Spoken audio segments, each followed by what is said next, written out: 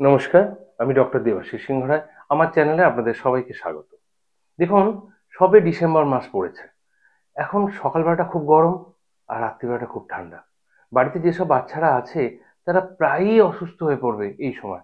আবার অসুস্থ হলে সর্দি জ্বর কিছুতেই ছাড়তে চাইবে না। এরপরে তো আরো বেশি ঠান্ডা, জানুয়ারি ফেব্রুয়ারি। আবার ঠিক একই অবস্থা যখন মার্চ মাস পড়বে, তো দোল পর্যন্ত এই ঠান্ডাটা, তখন আবার একই রকম। সকালের দিকটা প্রচুর গরম, রাত্রের দিকটা প্রচুর ঠান্ডা। বাচ্চারা অনিয়ম করবেই, বেশি গায়ে জল ঢালবে। স্কুল থেকে ফেরার সময় তাদের গায়ের কভারটা রাখবে না, মাথার টুপিটা খুলে ফেলবে। গাড়িতে আসবে, সেই গাড়ির ঠান্ডা হাওয়াটা জানলা দিয়ে খেয়ে সবাই অসুস্থ হয়ে পড়বে। এমন কতগুলো ওষুধ, ঠিক 10টা হোমিওপ্যাথি মেডিসিন আজকে আপনাদের বলবো, যাতে যেগুলো ব্যবহার করলে আপনার বাচ্চা তো অসুস্থ হবে না, হওয়ার প্রবণতা কমবেই, প্লাস হলেও খুব তাড়াতাড়ি তা থেকে মুক্তি পাবে। দেখুন, গার্জেনরা কি করে সাধারণত, বাচ্চাদের তাড়াতাড়ি রিকভার করার জন্য অ্যান্টিবায়োটিক দিয়ে ফেলে, অ্যান্টি অ্যালার্জেটিক দিয়ে ফেলে। ফলে কি হয়, বাচ্চাদের নিজস্ব যে ইমিউনিটি পাওয়ার সেটা গ্রো করতে পারে না। হোমিওপ্যাথি ওষুধ ব্যবহার করলে সব থেকে বড় পজিটিভ দিক যেটা, তাদের সেলফ ইমিউনিটি পাওয়ারটা বাড়বে এবং নিজের থেকে হিলিং করার, কোনো ভাইরাস এলো, ব্যাকটেরিয়া এলো, তা থেকে মুক্তি পাওয়ার জন্য তার নিজস্ব একটা ইমিউনিটি পাওয়ার তৈরি হবে, যেটা থেকে সে নিজে নিজেই, অনেক ক্ষেত্রে নিজে নিজেই সেই রোগটাকে প্রতিরোধ করে ফেলবে।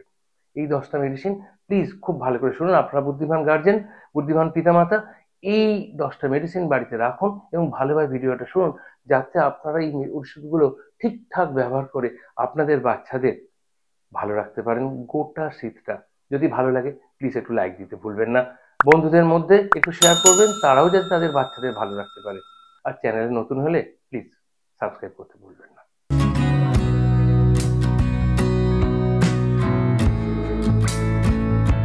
10টা মেডিসিন, মিনিমাম এই 10টা মেডিসিন যদি আপনার বাড়িতে রাখেন, আপনার বাচ্চা শীতকালটা মোটামুটি ভালো কাটবে, এই বিষয়ে আপনি নিশ্চিত থাকতে পারেন। ঠিকঠাক প্রথমেই ফার্স্ট স্টেজেই যদি আপনি ওষুধটা অ্যাপ্লাই করে দেন, তো এই ফার্স্ট স্টেজের কথা বললে প্রথমে মনে পড়ে অ্যাকোনাইটের কথা। যখন আপনার মনে হলো বাচ্চাটা আজকে স্কুল থেকে আসার সময় তার মামলারটা, তার টুপিটা খুলে ফেলেছিল, বা আপনাকে স্কুল থেকে জানানো হলো বাচ্চা আজকে তার টিফিন বক্স থেকে টিফিন খাওয়ার সময় তার বোতল থেকে, ওয়াটার বোতল থেকে জলটা সে গায়ে ঢেলে ফেলেছে, মানে একটা ঠান্ডা লেগে গেছে, এটা আপনার যদি মনে হয়ে থাকে। বা খেলতে গিয়ে ফেরার সময় সে তার গায়ের জামাটা খুলে ফেলেছে, ঠান্ডা হাওয়াটা লেগেছে বিকালের। এই জায়গাটায় প্রথমে ঠান্ডা লেগেছে, এই অনুভূতিটা যদি আপনার হয়ে থাকে, যে আপনার বাচ্চাটা একটু ঠান্ডা লাগিয়ে ফেলেছে, সেই সময় কিভাবে তাকে আটকাবেন? Aconite first medicine. যখন ফার্স্ট স্টেজ আপনার মনে হবে যে ঠান্ডা লেগে যেতে পারে আমার বাচ্চাটার, সর্দি কাশি জ্বর কাল পরশু এসে যেতে পারে, আজকে যেভাবে ও ঠান্ডা লাগিয়েছে, আপনাকে সঙ্গে সঙ্গে অ্যাকোনাইটের কথা মনে করতে হবে। অ্যাকোনাইটের ঠান্ডা প্রচুর, গলাটা খুসখুস করছে, চোখগুলো লাল হয়ে গেছে, চোখ দিয়ে জল বেরোচ্ছে, হ্যাঁ, একটু একটু হ্যাচ্চ করতে শুরু করেছে, অ্যাকোনাইট দিন।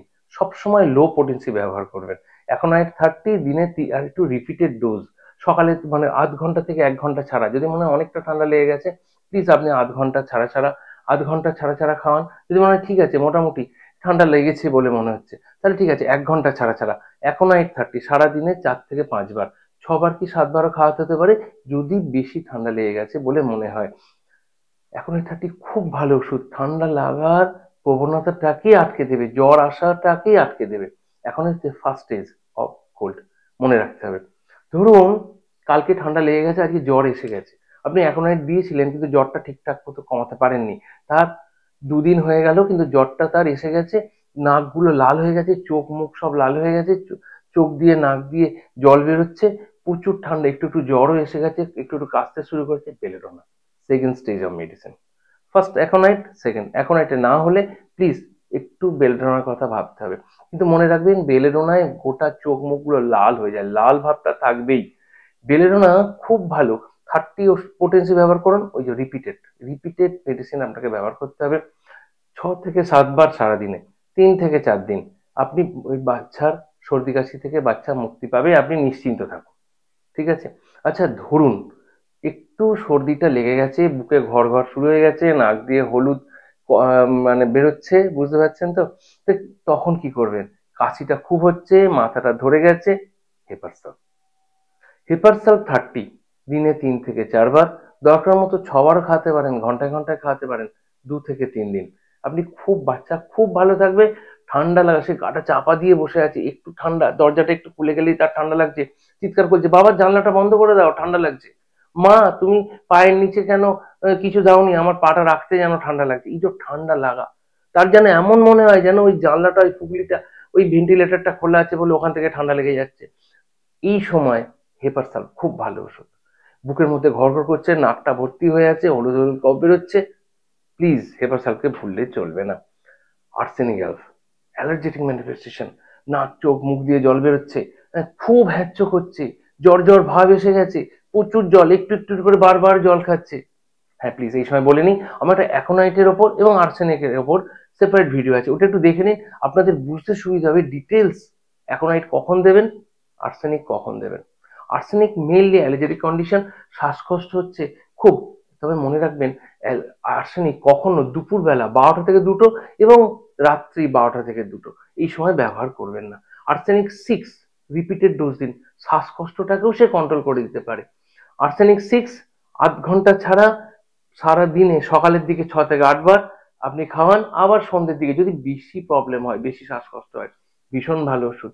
নাক দিয়ে জল বেরোচ্ছে, চোখ দিয়ে জল বেরোচ্ছে, কোনো কিছু ভীষণ ভাবে কোল্ড অ্যালার্জি হয়েছে, আর্সেনিক একদম ভুলবেন না। অ্যান্ট্রিমটাট, বুকের মধ্যে ঘর ঘর আওয়াজ হচ্ছে, একদম ঘর ঘর আওয়াজ হচ্ছে, জিভটা অর্ধেকটা সাদা হয়ে গেছে, কাশি কোনো রকমের কাপ সিরাপ দিয়ে কমাতে পারছেন না, আনকন্ট্রোল, সারাক্ষণ সে কেসে চলেছে, বারবার কেসে চলেছে, অ্যান্টিমটাট। অ্যান্টিমটাট কিন্তু সব ওষুধগুলোই 30 পটেন্সি, লো পটেন্সি ব্যবহার করবেন, রিপিটেড ডোজ দেবেন, সেখানে 5 বারের জায়গায় 6 বার দিন, কোনো অসুবিধা নেই, রিপিটেড ডোজ ব্যবহার করুন। অ্যান্টিমটাট ভীষণ ভালো ওষুধ।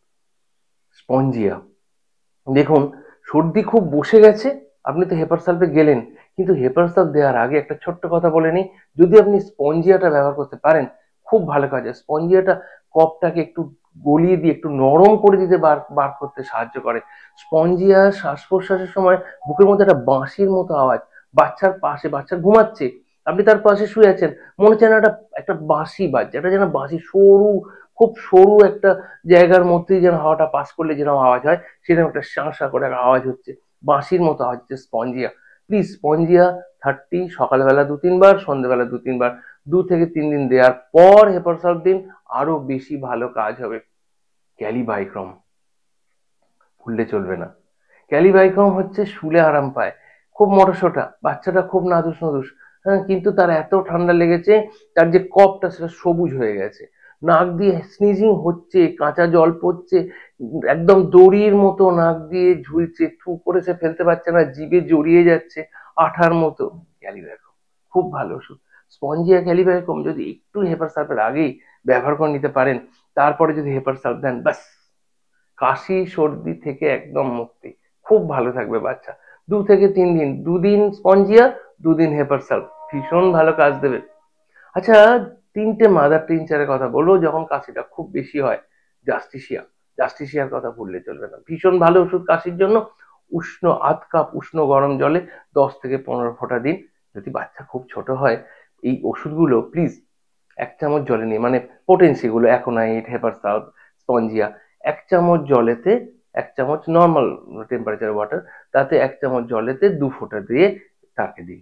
একটু বড় হয়ে গেছে তার ডিরেক্ট আপনি জিভে দিতে পারেন, গোবিলস দানার মধ্যে দিতে পারেন, মিষ্টি দানা বাচ্চা খেতে খুব ভালোবাসে, তার উপকারটা একই হবে, যেমন লিকুইড দেন কি দানা দেন এটা ফ্যাক্টর নয়, কাজ একই হবে যদি আপনার পোটেন্সি এবং মেডিসিন দুটো সিলেকশন ঠিক হয়। আসল ব্যাপারটা হচ্ছে কোন পোটেন্সি দেবো, আমি কখন 30 দেবো, কখন 6 দেবো, কখন 200 দেবো, আর কোন মেডিসিনটা দেবো, অ্যাকোনাইট দেবো না বেলেডোনা দেবো। আচ্ছা, যদি বুঝতে অসুবিধা হয় প্লিজ আমাকে ফোন করবেন, বুধবার, বৃহস্পতিবার আর শনিবার সন্ধ্যে 7:30 থেকে 9:30, কিংবা কাছাকাছি কোনো ডাক্তারবাবুর সঙ্গে যোগাযোগ করবেন। খুব বেশি বাড়াবাড়ি হলে নিজে ট্রিটমেন্ট করতে যাবেন না, প্লিজ, ইটস মাই রিকোয়েস্ট। হ্যাঁ, আচ্ছা, আসছিলাম যেটা, জাস্টিসিয়া ভীষণ কাশছে, সারা রাত ধরে কাশছে, আপনি জাস্টিসিয়া উষ্ণ গরম জল, আধ কাপ উষ্ণ গরম জলে একটু 10 থেকে 15 ফোঁটা দিয়ে তাকে গার্গেল করান এবং খাওয়ান, ভীষণ ভালো কাজ হবে। সেনেগা, শ্বাসকষ্ট হচ্ছে, সাই সাই করছে, অ্যাসপিডোস্পার্মা, একই ধরনের ওষুধ। অ্যাসপিডোস্পার্মা আমাদের অক্সিজেন লেভেলটাকে বাড়াতে ভীষণ ভাবে সাহায্য করে, ওই 10 থেকে 15 ফোঁটা, এর বেশি দেওয়ার দরকার নেই। সকালবেলা 2-3 বার, সন্ধ্যেবেলা 2-3 বার। 3টে মাদার টিনচারকে খুব প্রয়োজনে আপনি একসঙ্গে ব্যবহার করতে পারেন। ভীষণ কাশছে, ছেলেটা বাচ্চাটা হাঁপিয়ে যাচ্ছে, হ্যাঁ প্লিজ আপনি আর বুকের মধ্যে যেন সাঁই সাঁই আওয়াজ হচ্ছে, এক সর্দি বসে গেছে, একটু জাস্টিসিয়া, সেনেগা, অ্যাসপিরিন ফার্মা, তিনটেই একসঙ্গে আধ কাপ গরম জলে 10 ফোঁটা করে দিয়ে, বেশিক্ষণ ফেলে রাখবেন না, খাওয়ান গরম জলে, উষুম উষুম গরম জল, প্লিজ এতে দিয়ে একটু গার্গেল করে খেতে বলুন। খুব বাচ্চা যে কিনা গরম জল খেতে পারে না, তাকে নর্মাল 1 চামচ জলেতে 5 ফোঁটা, 2 থেকে 5 ফোঁটা দিয়েও খাওয়াতে পারেন, ভীষণ ভালো কাজ হবে। সর্দি থেকে মুক্তি পেতে হলে এটা বিশেষভাবে দরকার। এতে হলো অ্যাকিউট কন্ডিশন, ক্রনিক কন্ডিশন, যাদের সর্দির ধাত আছে, যাদের ঠান্ডা লাগার প্রবণতা আছে, এ নিয়ে পরে ভিডিও নিয়ে আসবো। আজ এই পর্যন্ত থাক, পরে ভিডিওতে আবার দেখা হবে। নমস্কার।